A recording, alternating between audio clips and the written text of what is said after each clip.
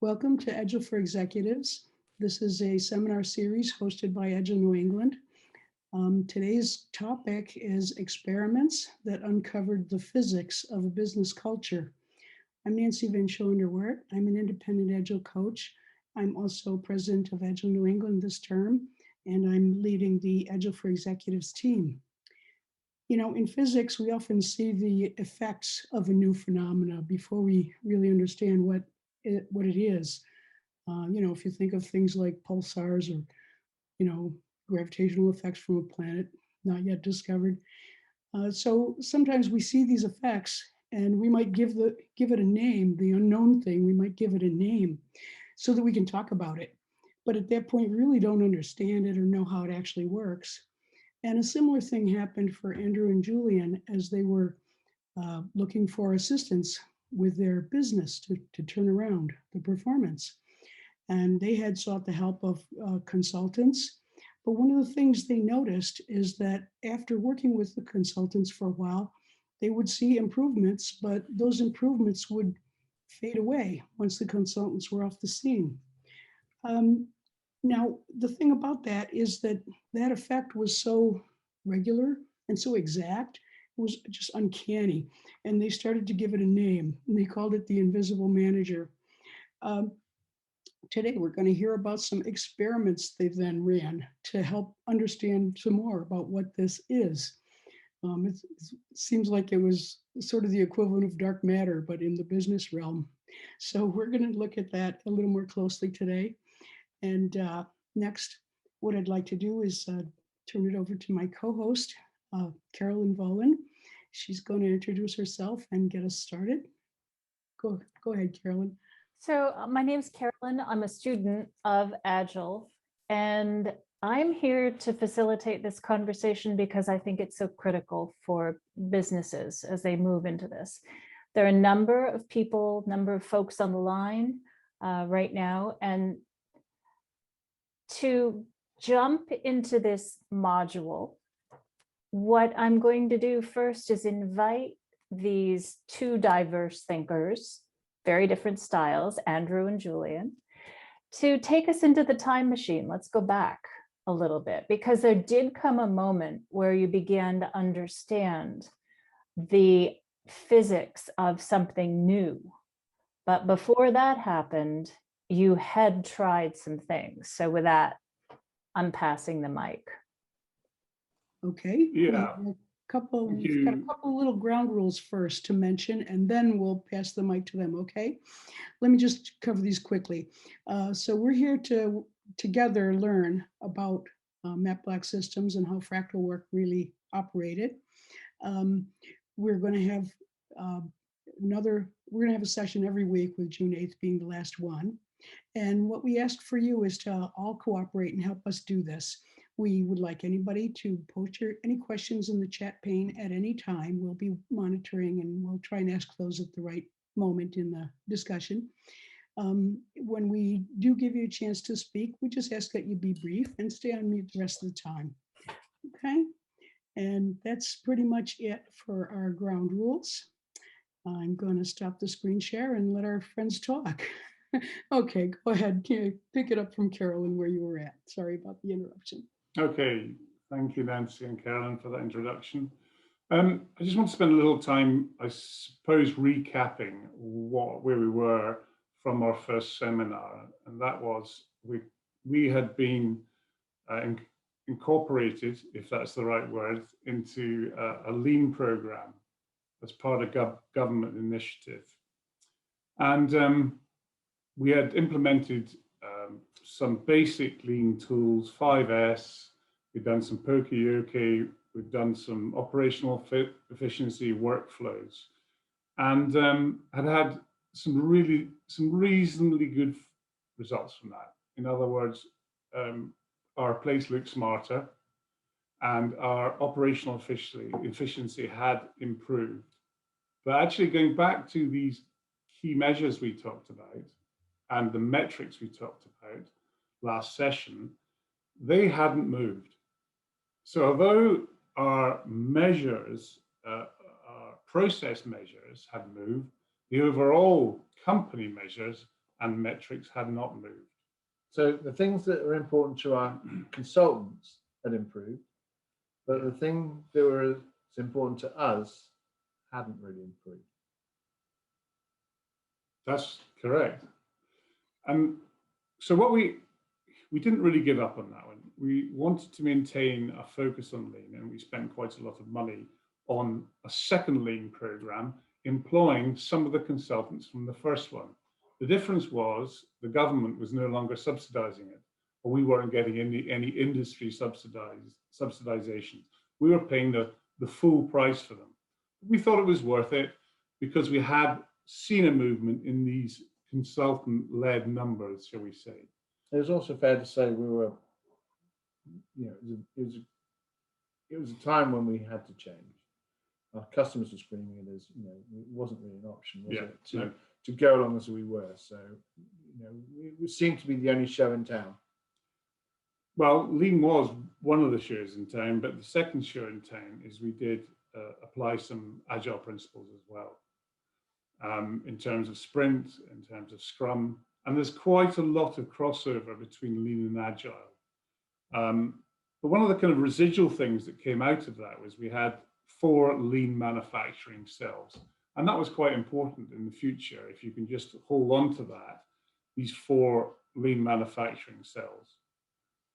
So having spent quite a lot of money and a lot of time and a lot of effort putting in place Lean, and if I'm honest, I came from a corporate background and I think we did a good job of it. It wasn't a poor Lean implementation. Equally, from an Agile perspective, which we put in the design area, I think we did a decent job as well. I don't think we half did it. I think we fully did it. The challenge we had, though, was that when we looked at the metrics and measures we put in from the very start, pretty well all of them were static. So that the programs we put in terms of Lean, when the consultants were removed, the measures that were put in the consultants drifted back, but the impact also on our overall measures and metrics was almost nothing. So can I interrupt there? So it seems very, orderly and understandable, I suppose. But from living in it, it was a very different experience. It was chaotic. It was overwhelming. We had so much to do. We were scrabbling along to keep the wheels on our machine. Personally, it was driving me insane. You get sleepless nights not because of a problem, but just because of the host of problems you've got. You feel like a person stood in front of one of those tennis ball machines that fires tennis balls at you, and you're just constantly trying to bat away every single issue of the day. And there's no planning. There's no opportunity just to think about what's going on. And it was a very desperate time. And it's easy to reflect on it now and be kind of thoughtful about it, but at the time it was awful. So what was that like for me to reflect on it? Well, basically, what was rather scary from my perspective was the costs of the consultants and the costs of the change program were beginning to overwhelm us. And in fact, we had blown a huge quantity of money.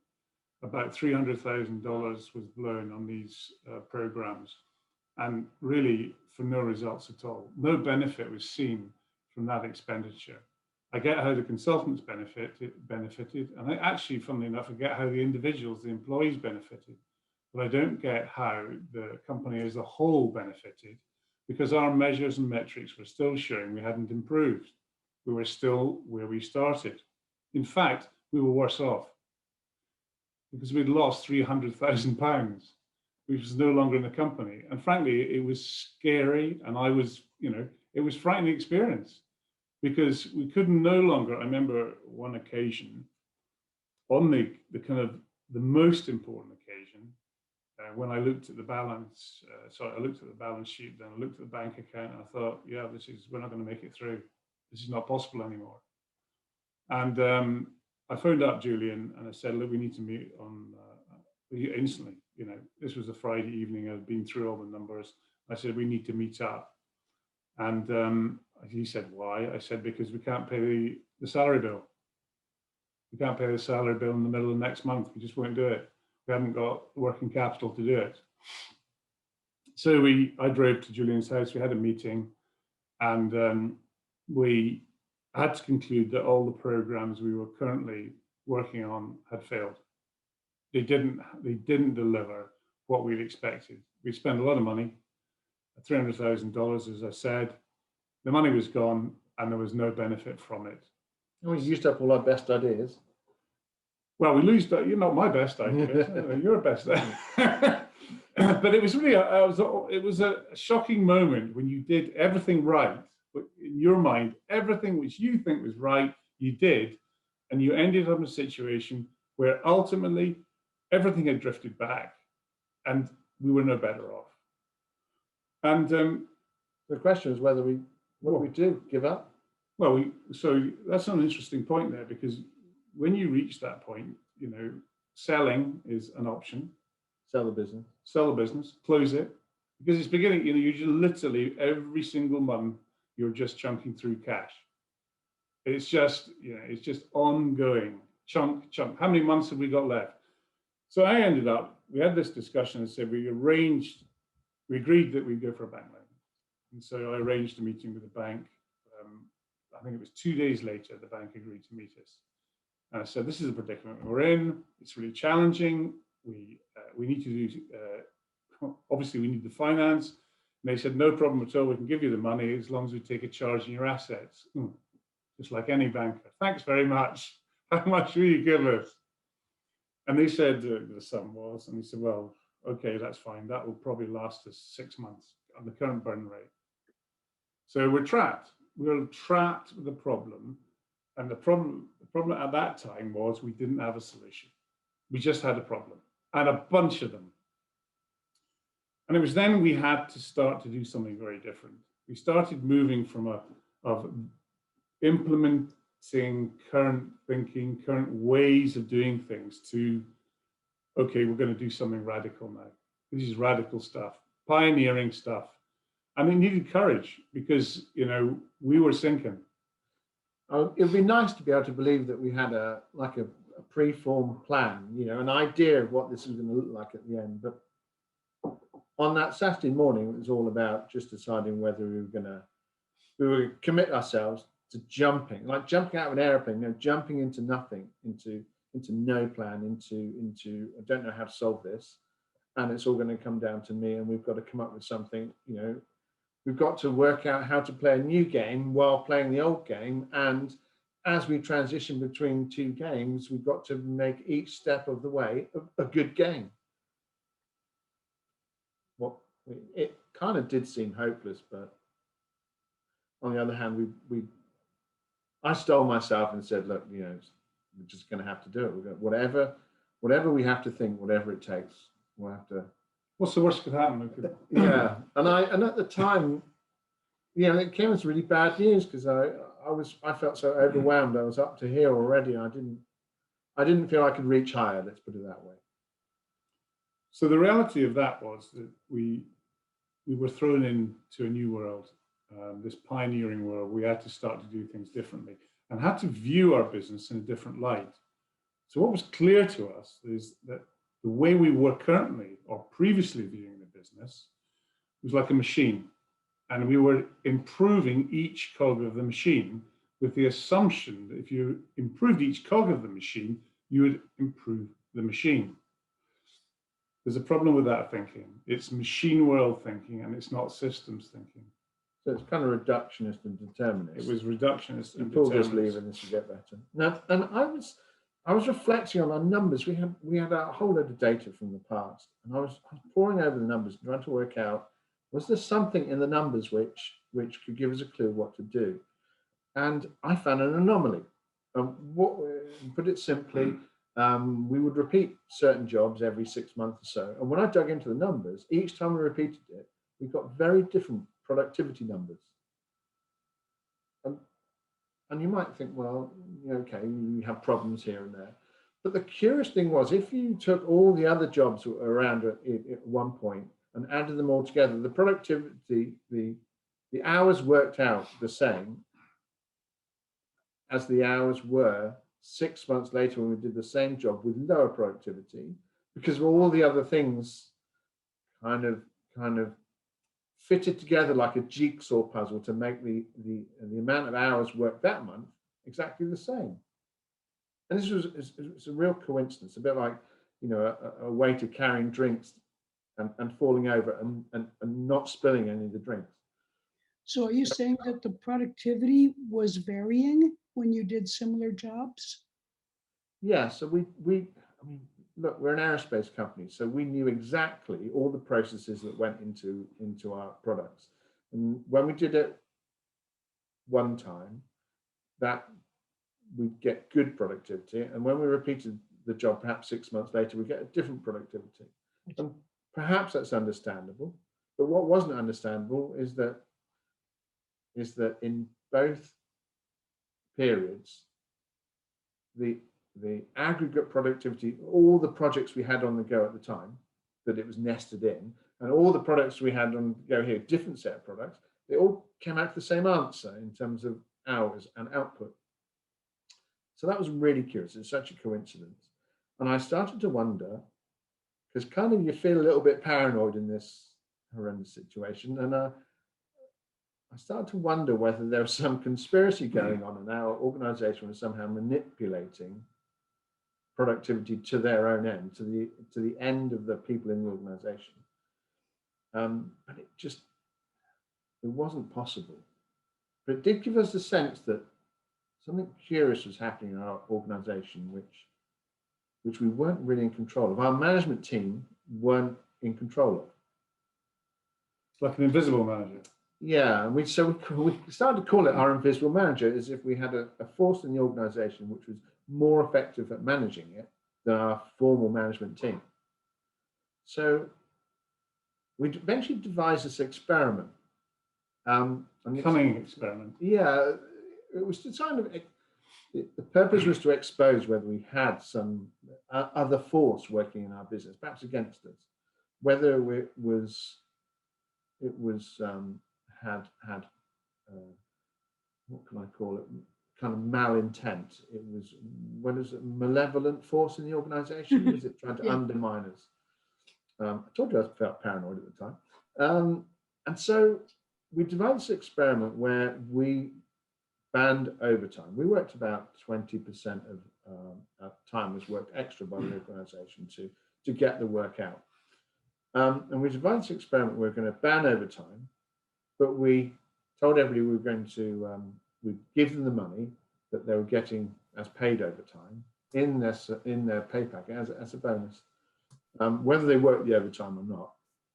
And we told everybody that it was purely an administrative exercise, so we didn't have to count the hours in payroll, make it easier for everybody in the back office. People resisted it, of course, but eventually they agreed. And on the proviso that if it didn't work, then we go back to the old system. And within a month, nothing changed. Second month, something interesting changes. One particular person in the organization who had hobbies outside of work, he completed all his work in his normal standard hours and then went home. And within 6 months, everyone was doing that. So in effect, the output of the organization stayed the same, but the hours worked had dropped by 20%. Now, we never had a productivity increase like that before in our history. So something had happened. And in this case, we viewed our invisible manager as intervening to the best interests of the people in the organization, so they didn't have to work overtime. The result was we had higher productivity. Not a single word was said, and not a single penny was invested in it, and yet we got the results. And they came to the bottom line, by the way. They didn't. So in other words, the output of the organization didn't change, but the hours worked did. So our productivity jumped. So if I can just take over from there. So what we had done in this case, we had changed the rule of the organization. and we had demonstrably got an improvement, which we hadn't got previously. So we weren't doing something to a grand plan. We were thrashing around, trying to find things that worked. So we'd done this experiment. We got a significant 20% increase in productivity, which was definitely worth having, and it was sustainable. We never lost it. And that's really important. So we changed just a rule, one rule. We got a 20% increase in productivity, which was sustained. Oh, says Julian and Andrew, I've got an idea. Shall we change another one? But this time, let's make it a different rule. So we'd really proved we had this force in our organization that was influencing activities and behaviors, our invisible manager, and it wasn't malevolent. It was quite, what's the word I'm saying? Compliant, adaptive. It didn't care whether it was working for good or bad in the organization. And it looked like we had a way now of interacting with it, and it would do amazing things. It would solve complex problems very easily if we were able to devolve it. Yes, Karen. So I'm just want to encourage the people on the line as we walk through your examples of the invisible manager to think for themselves about invisible managers they've encountered and to put those examples into the chat, because we have a population on the line that has definitely encountered the invisible manager. Let me get to facilitate this discussion that will happen on the side channel. Let me just give an example for myself, right? So in the sales world, it's common for salespeople to have a quota. If they overachieve on that quota, guess what happens? That quota is going to be raised in the following year or in the following quarter. So one of the invisible managers that I have encountered is salespeople very carefully managing how much they overachieve. This, in the long term, is an example of an invisible manager because it really does not facilitate strong business growth. You really want salespeople to overachieve. Well, that's one example, and I'll be monitoring for other examples that come in the chat as you continue to talk about the rules you put into place, the experiments you ran, and maybe when we open things up for questions, we'll have some time to talk about those examples. Just a time check. Nancy, can you tell us where we are for time? We're doing fine. Okay, cool. Okay, so I just want to summarize what we learned there. We learned that our invisible manager, and I don't think it was a conscious thing, that I think our invisible manager is effectively the aggregate adaptation of all the individuals in our organization who are adapting to the rules of our organization. And we'd always tried to change behaviors through hearts and minds, through leadership, that sort of thing. We never really thought that, well, perhaps people are playing the logical game from their perspective. So if you like, I come to think of our invisible managers like a pendulum. So the sweet spot, when you let go of the pendulum, it swings backwards and forwards and hangs in the sweet spot where gravity pulls it. And whenever we put a change program in, we were like pushing it away from its sweet spot. And that required effort, it required money and time and buy-in from people. But when we took that program away, the invisible manager went back to the best thing to do in the current environment. From their perspective. From their perspective. And what we realized is if we changed the rules, we could effectively move the fulcrum. And then, of course, in time, behaviors would fall underneath the new sweet spot in that rule set. So, and this is what had happened with the overtime experiment. It was better for an individual to say, I can speed up a little bit and let's say do preventative maintenance so that everything gets done more predictably and I can go home at 5 o'clock rather than doing 2 hours overtime, which I have to do to get my money. So this gave us a whole new opportunity to influence the business by moving this rule set around, something we'd never done before. I'm not even sure where our rule set came from. I don't think we'd ever designed it before. It just kind of grew over time as we plugged problems and sorted issues out. So I think, if I look back on it, and look back at my previous experience in life, it was very much from that mechanistic viewpoint of what an organization was. And it was almost like, if you've got a broken organization, you have to look into the machine, find the broken rule, fix the broken rule, and the machine will work again. But of course, now what we were finding out was that that was not really the right way to look at an organization, because now we were playing with things which weren't in the machine. We were playing with like the boundaries of the machine, and we extended that from that overtime experiment, which was like a rule set change. We also made some changes to the physical environment. Like if you remember from the first seminar, we removed the centralized stores, distributed the stores into each one of the cells, the lean cells we had, and equally, we got a change. And these sort of changes gave us some confidence. In fact, we were quite chipper about it all, I've got to be honest with you, because we were starting to, a little bit of money was coming in, and my pockets were beginning to fill up, and I was feeling good about things. But most importantly, the telephone wasn't ringing so much with irate customers complaining about a backlog of work, because one of the next stages we did was put in a backlog bonus, so that in addition to their overtime bonus, even though they weren't working the hours, the more of our backlog the team worked off, they took money home in their pocket. And that gave us an opportunity. We had the opportunity to pay them because obviously we're getting more sales in, so that was great. And that gave us the opportunity to experiment more and more and more with these rule set changes, moving the fulcrum to see what behaviors would come out as a result. But wait a minute. So what you want to do, got my pen out, Julian, what behaviors do we want?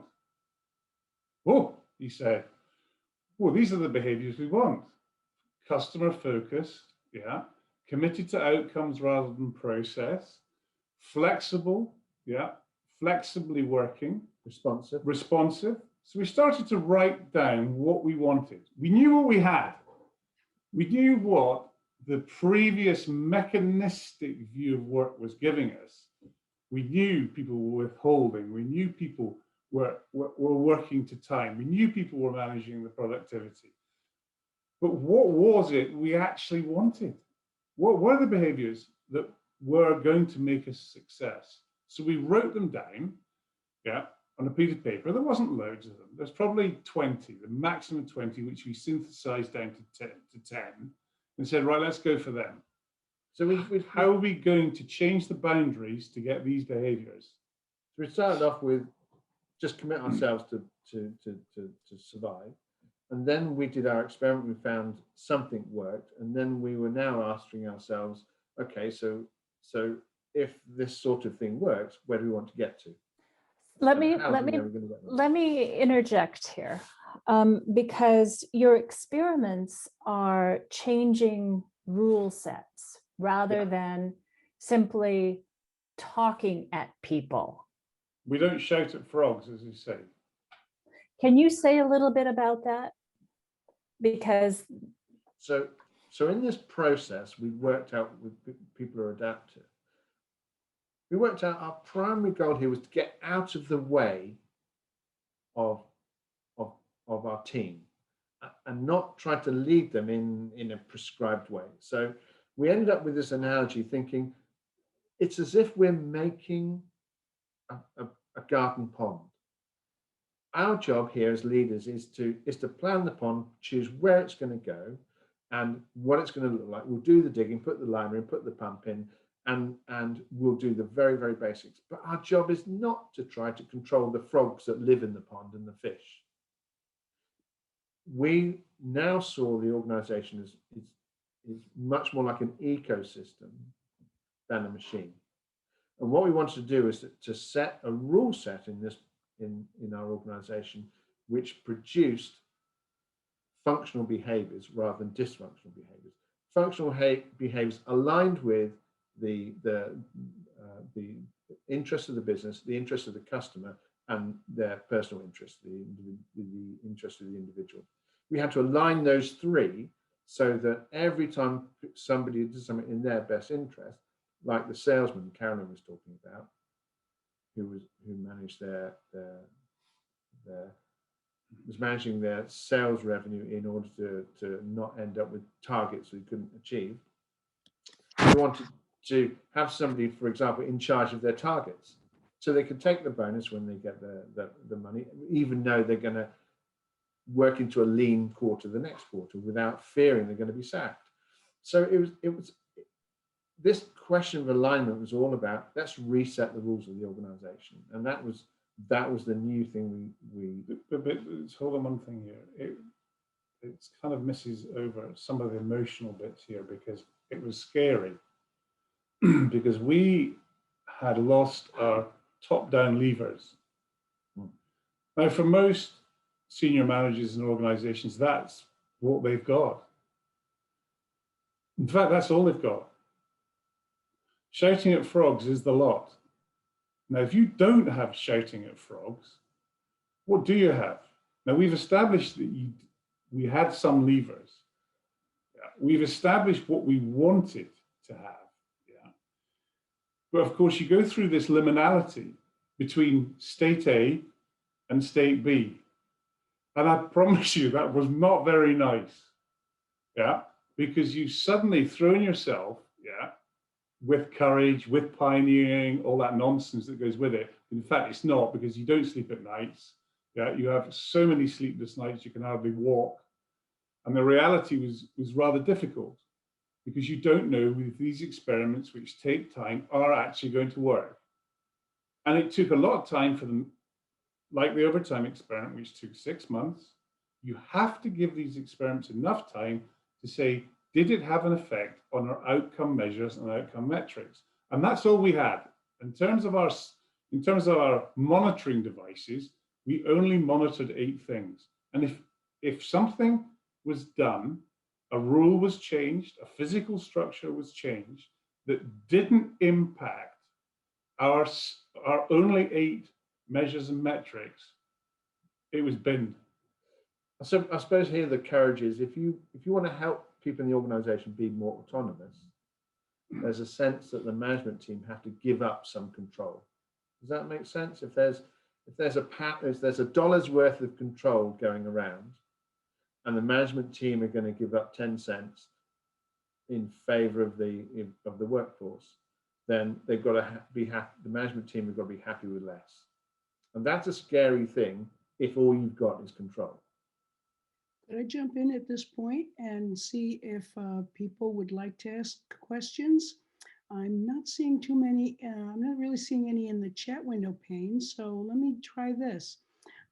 You have a reactions button on your controls, and you can choose a hand raise if you'd like to, if you're willing to like unmute and just ask a question of our speakers about that. Do we see any? Yeah. Yes. See a hand raise. Yep. I can go. Thank you. And let's see who that is. Go ahead. Ask your question. So I think I might, maybe I didn't quite follow the top-down analogy that you were using. It sounded up until now like, because you were kind of at the top, you know, the 2 co-pilots, if you will, in your example, you know, don't you think that that's a lot easier to determine the experiments or which fulcrum shifts, and then hopefully the culture kind of was built so that people were receptive to that, versus for many of us that are not the co-pilots, if you will, you know, in your experience, how do you go about kind of still trying to achieve, you know, some semblance of fractal work, if you will, you know? So Fabulous, great question. Very good question. and I suppose an answer is called for. So, so I'm going to use a bit of an analogy here, and that is that for most companies, yeah, the change is essentially completed around the existing structure. So the existing structure remains in place, and then small elements of it are changed. So you maybe, for instance, put Agile into design. You may put Lean into manufacturing. But the fundamental structure remains the same. And so the command and control and resource control structure remains the same. And it's very, very hard to shift that because of the human dynamics of it. But it's that which you need to shift. You need to shift the responsibility and accountability for resources and for activities, push it down the organization. And that's one of the great things about creating teams, is it's the first step at doing that. Create a team and then integrate into that team as much responsibility for activities and resources as you can. So can I add a bit here? Yeah. Look, I think you're right. I think it seems from one part of an organization that another part may have control. My experience was that as a leader, you feel quite impotent because actually there's a rule set that's binding behaviors tightly in place. And whether you feel you're at the top or whether you feel at the bottom, actually nobody's got much power to change anything. And I want to pick up a little bit on your analogy there about being the pilot. And if you can get away from the mindset of being a pilot, like an operational guy, and get into the mindset of being an aeroplane designer, then you can influence the aeroplane by changing its design.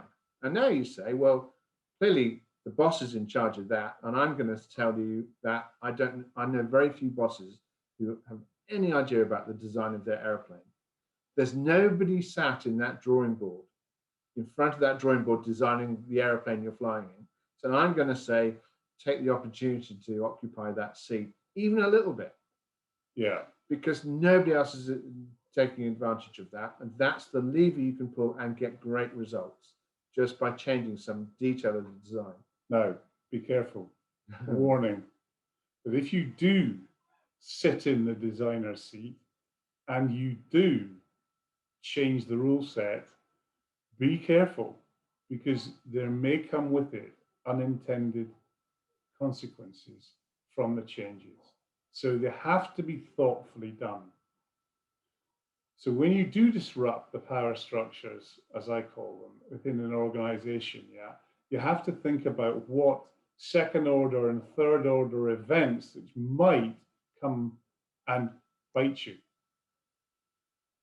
But having said that, I would still urge you to do it, because the success of the airplane lies not with the pilots, lies mainly with the designers of the aircraft. And what we're talking about here is designing aircraft and not piloting. So most organizations, if I could just finish here, it's one size fits all organizational models. It's hierarchical, it's functional, and that's what you get. And the big shift that we did was we took over the design of the organizational model, not improve the piloting. In fact, the piloting, it was okay. The problem was in the design of the model. The model wasn't fit for context. If I may just, how difficult was that shift on personally for you guys? Was that something that you kind of with time naturally evolved to that, or is that something that was a revelation as you progressed in that journey of and letting go of control and trusting, your team?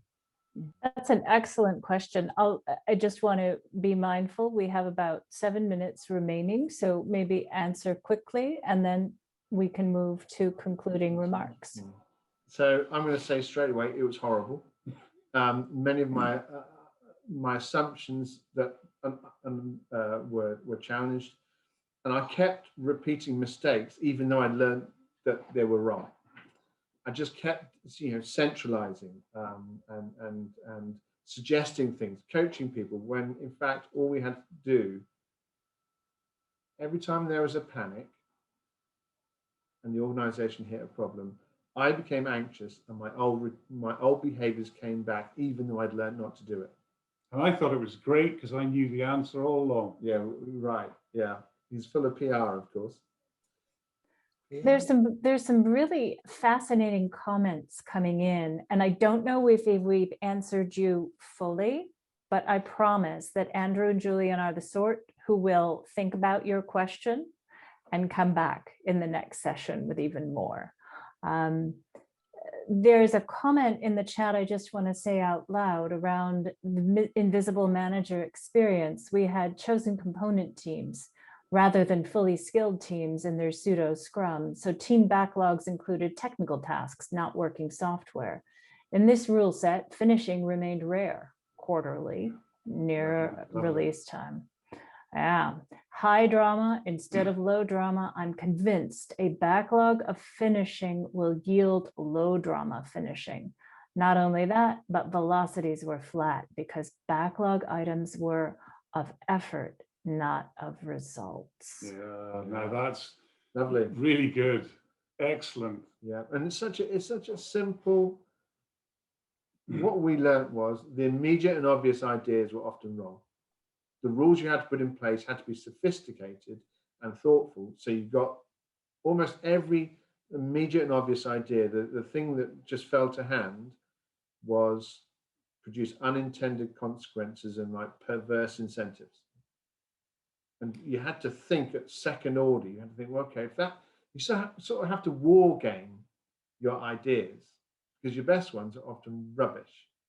There's also a kind of assumption in business that if you control the inputs and control the process, that you control the output. Now, in a complex system or chaotic system, that assumption is totally wrong. If, first of all, it's very, very hard to control the inputs because inevitably the materials arrive late, or there's a problem with them, or COVID. Yeah. And then from the process perspective, very rarely is a process static. Because, if Tom doesn't turn up to work or that machine's broken, you're constantly handling this dynamic thing.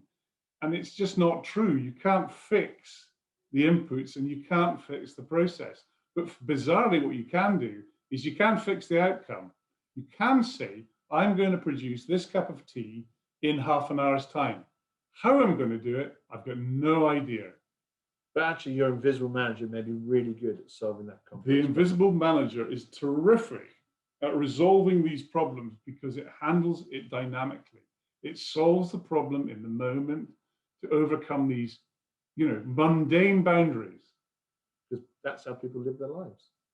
I love Sometimes your that's what comment it's about- like, just commuting to work.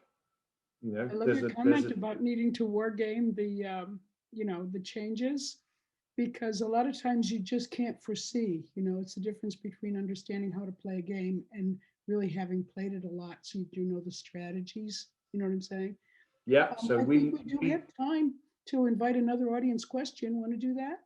Yeah. And then we can do some quick closing remarks, and I have a very brief wrap up.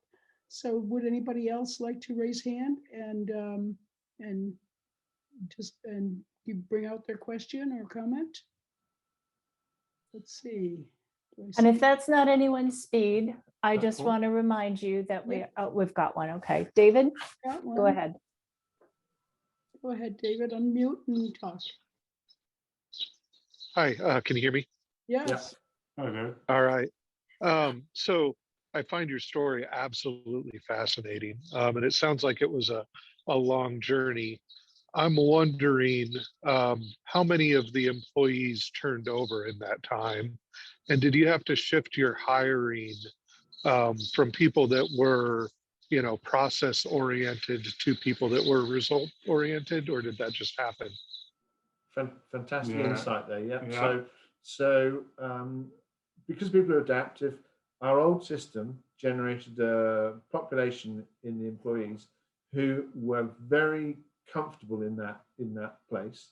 And as we changed the rule set, it became uncomfortable for some and they wanted to leave. And when we recruited, we found we got a different people applying because now the organization looked differently and it appealed to them in terms of their sense of autonomy and independence, rather than being, you know, in a little cubicle with the process to follow. So you're right. A lot of them, and eventually in time, all of them changed. I think I'm the only surviving one. Having said that, right back in the early days, 10, 12 years ago, we've still got people who arrived then, and that autonomous and independent character has survived that journey without a problem. Yeah, that's absolutely right. But I mean, I don't want to give this picture that somehow these people were bad. They weren't. They were just adapting to a model, which Julian and I ultimately are responsible for. So the problem was our problem. We put people in boxes. They didn't put themselves in a box. Yes, they had adapted to that box. Yes, they were comfortable in that box, but we were the problem. We caused the problem. So for many years, we were busy making cubicles for people. And then improving the cubicles, saying, "Oh yes, you've got to do better." And that was a dumb idea in hindsight, but at the time, well, that's what everyone does, isn't it? So if you look at your machine, look at your organization as a machine, that's what you do. Yeah. If you look at your organization as an ecosystem, that's not what you do. That's right. It's completely different. And what I suppose what this talk is about is that major shift from seeing your organization as a machine to seeing it as something very different. And also, yes, the employees did change. Yes, a lot of them did go out and, you know, went into other boxes because they were looking for something that was safe and secure. But once we had changed the box, people who had previously come in outside from a box came inside, they changed their behaviors. And they adapted to our new non-box, by the way, because there was no box. They wanted the freedom. They wanted the freedom. So did we have another question? Well, we're going to have to wrap up now because we're pretty much at the end of our time. Do you want to just say something, 30 seconds as a concluding remark, and then I'll have to do my quickie wrap up. Is that to us, Nancy? Yep, that's to yep. you. And Julian. Yes, I just want to summarize it all, really, and I just want to start this segment. We talked about at the start employing tools to fix our machine, and we did it out of, you know, we spent a lot of money on it and put a lot of effort into it, and we have to conclude it failed, and it was dreadful, and we both failed. It wasn't until we did something different, we experimented, that we saw our organization wasn't a machine, that we started to get really important moves forward. So I'll give you an example of that is our persistent problems started to go away. The problems we'd been tackling, like late deliveries, for decades, started to go away.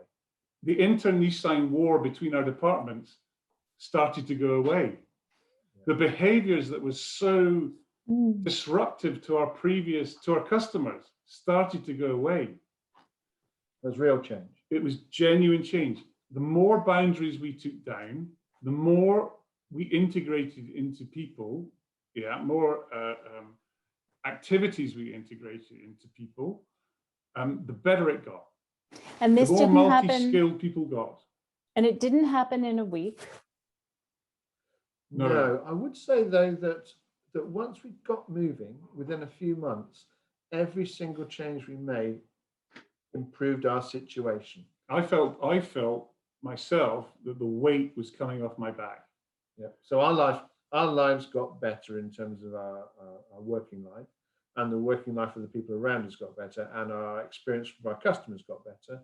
So, and our profitability grew. So I would say, no, we didn't transform from here to here in a short period of time, but every step of the way, things were better. But our thinking did transform. Yeah, that's true. So one thing in common with, our thinking process transformed. And the tools we use to improve our organization transformed really quickly. We got lean for free in the end, didn't we? Lean was free. It was an outcome from what we were doing. And I think somebody in the previous seminar, seminar 1, asked that question. I don't think we answered it really very well. And I don't think we're going to answer it well today, but I think we'll answer it in the end. We'll But have the truth is, we got lean next. and agile for free. We'll have to pick it up next time. That's a great parting thoughts from both of you.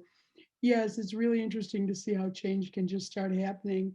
Right now, we're going to have to change to looking at a slide. And I just want to say very briefly, we do have these upcoming seminars. Next time, we're going to talk about the rise of the internal markets.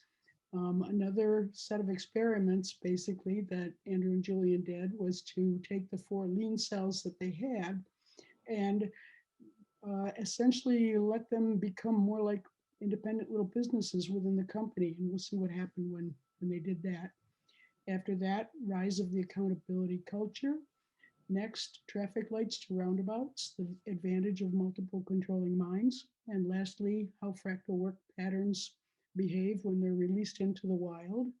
Also on this slide, I just want to point out, it's not too late. You can sign up at agilenew.org to participate in the remaining seminars. You'll receive a copy of the book and you'll have access to the videos up to that point if you sign up.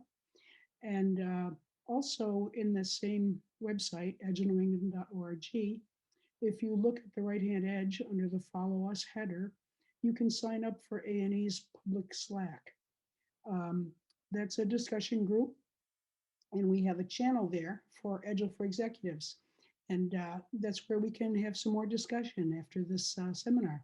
So I want to thank you very much for coming and hope to see you again next time. Thank you. Bye-bye.